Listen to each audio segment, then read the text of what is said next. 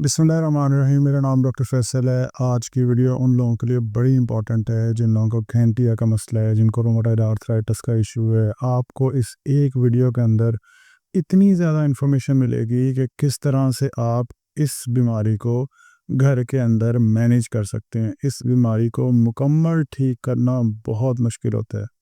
क्यों मुश्किल होता है ये आपको वीडियो के एंड तक कंप्लीट समझ आ जाएगी, क्योंकि मैं आपको ये भी बताऊंगा कि ये बीमारी होती क्यों है, क्यों इस बीमारी के अंदर सुबह के टाइम इतना ज़्यादा अकड़ा हुआ होता है, क्यों इस बीमारी के अंदर जो हमारे छोटे जोड़ हैं, छोटे जोड़ मतलब हमारी उंगलियों के जो जोड़ हैं, हमारी पाँव की जो फिंगर्स के जोड़ हैं, इनके अंदर दर्दें क्यों होती हैं। अक्सर तो हम सुनते हैं ना कि घुटने में दर्द है, कूल्हे में दर्द है। गैंटिया इस तरह की बीमारी है जिसके अंदर हमें छोटे जोड़ों के अंदर ज़्यादा मसला आता है, यानी कि घुटना, हिप जॉइंट, कूल्हे के जोड़, ये सारे इन्वॉल्व होते हैं। लेकिन हमारे जो छोटी फिंगर्स हैं, यानी जो हमारी फिंगर्स हैं, चाहे छोटी फिंगर है, बड़ी फिंगर है, या पाँव की फिंगर्स हैं, ये भी इन्वॉल्व होती हैं। और जब सुबह हम सो के उठते हैं तो अकड़ा हुआ होता है। दूसरी ये चीज़ कि मेरी फैमिली में मेरे जो नाना अब्बू थे उनको रोमेटॉइड आर्थराइटिस था। एक तो मेरा फील्ड ये, और दूसरा फिर मैं फैमिली के अंदर भी इस तरह का केस था। तो इसलिए इसके बारे में, एक तो मैंने पेशेंट तो जो क्लिनिक पर आते हैं वो तो रेगुलर बेसिस पे देखने ही होते हैं। फिर जब आपकी फैमिली के अंदर हो ना, फिर आप उस बीमारी के साथ उस तरह से बहुत ज़्यादा अटैच हो जाते हैं। तो मैं आपसे हर चीज़ शेयर करूँगा। जो होते हैं ना मेल, जो बंदे होते हैं, जो मर्द होते हैं, इनके अंदर रोमेटॉइड आर्थराइटिस गैंटिया की बीमारी कम होती है, लेकिन बहुत शदीद होती है। मेरे नाना अब्बू की डेथ हो गई थी रोमेटॉइड आर्थराइटिस की वजह से। लेकिन जो फीमेल हैं उनके अंदर ये बहुत ज़्यादा होती है, बट बहुत शदीद नहीं होती।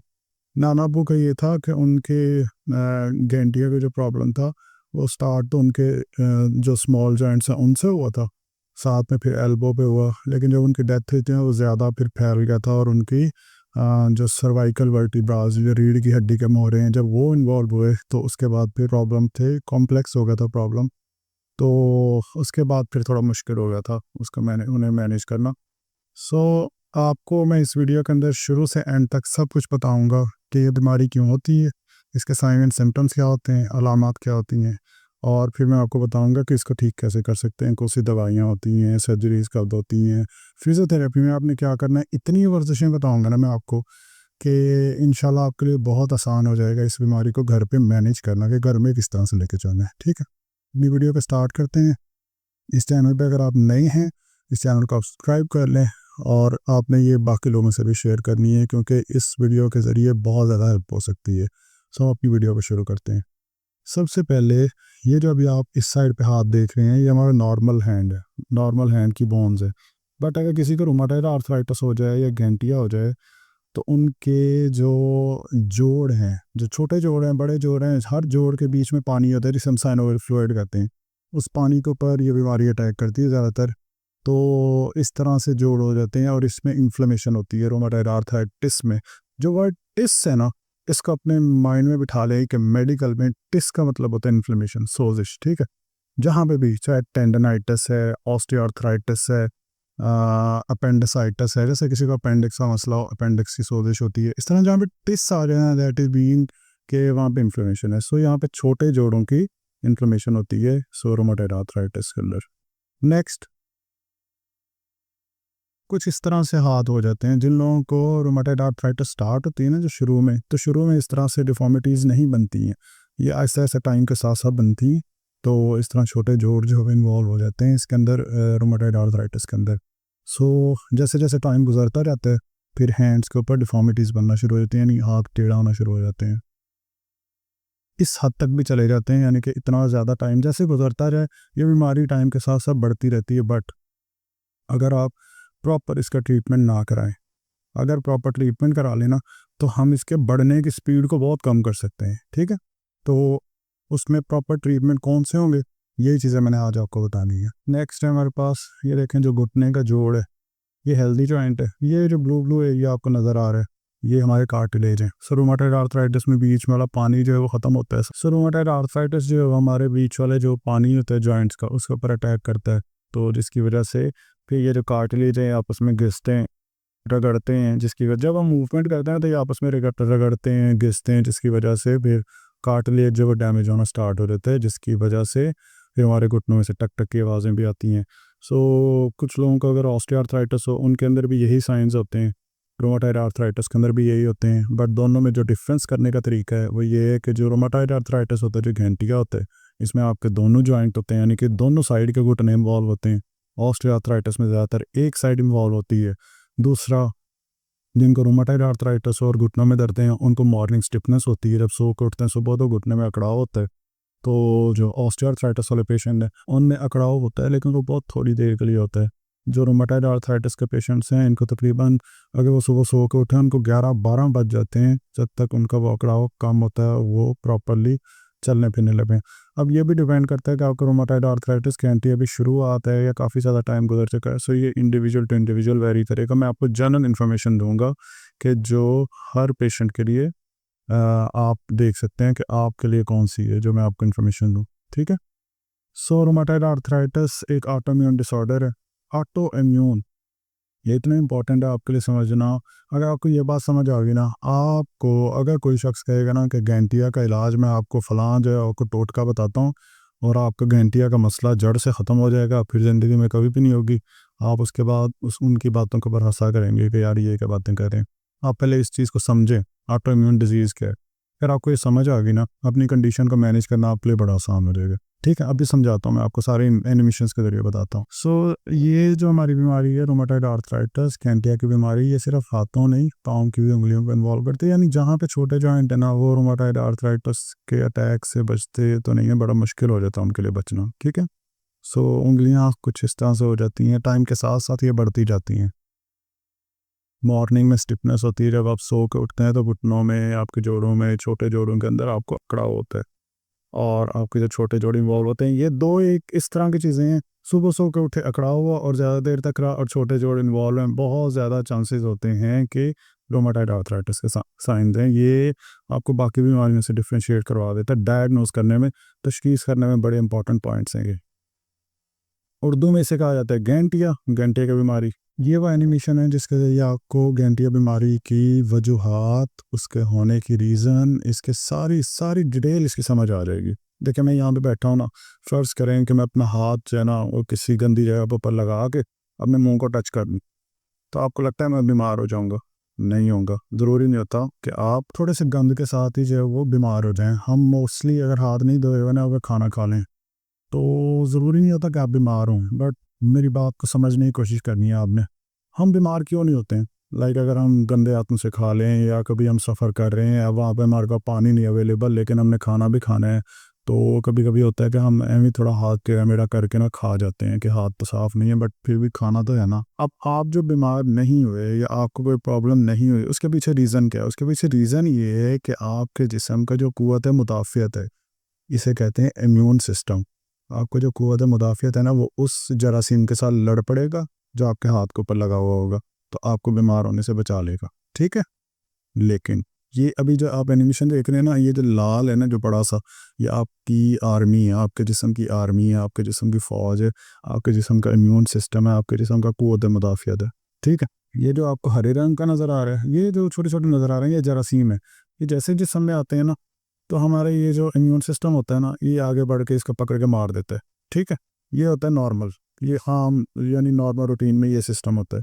लेकिन जो रोमाटॉइड आर्थराइटिस होता है ना, ये जिनको ऑटो इम्यून डिसऑर्डर हो, ऑटो इम्यून डिसऑर्डर का मतलब होता है कि ये वाली जो फ़ौज है ना, ये वाला जो इम्यून सिस्टम है ना, ये वाली जो क़ुव्वत मुदाफ़ियत है ना, ये आपके जिस्म के ख़िलाफ़ हो गई है। यानी इसने किसको मारना था? जरासीमों को मारना था।